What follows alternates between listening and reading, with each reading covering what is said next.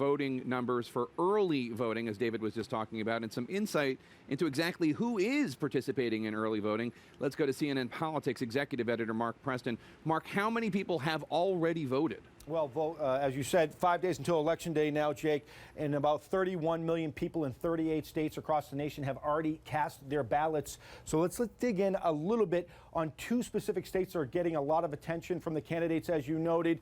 Those states, Florida and North Carolina. Let's first go into Florida right now. A little more than 4.2 million people have already cast their ballots in the Sunshine State. If we go a little bit deeper right now and see who has an edge, well, right now the Republican Party has an edge by about 16,000 ballots returned up to this point. Not a huge lead, but significant, and very significant for this reason alone.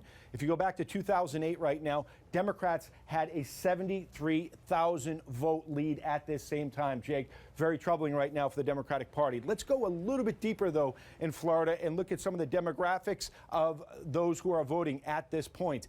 If you look right now, African Americans account for about 12.3% of the electorate, Hispanics about 14%. We go back to 2008. So you can see right there, there's a drop-off of about 3 percentage points in black voters right now. Not good news for the Democratic Party. But what is heartening news right now for the Democratic Party is look at this increase right now amongst the Hispanic voters who cast early ballots in 2008 and where they are now. That is about a 336,000 ballot advantage. So good news right there when it comes there. So mixed news all around when you hit Florida. We go up to the state of North Carolina right now. Who has the advantage in North Carolina? Well, about 2 million people have already cast their ballots, and we see who is leading right now. And the Democratic Party is leading at this point. They have about 243,000 ballots more cast than the Republican Party, but not always great news, because if we go deeper into that, they had a 307,000 ballot return advantage at the same time, Jake. So again, not terrific news for the Democratic Party. We go a little bit deeper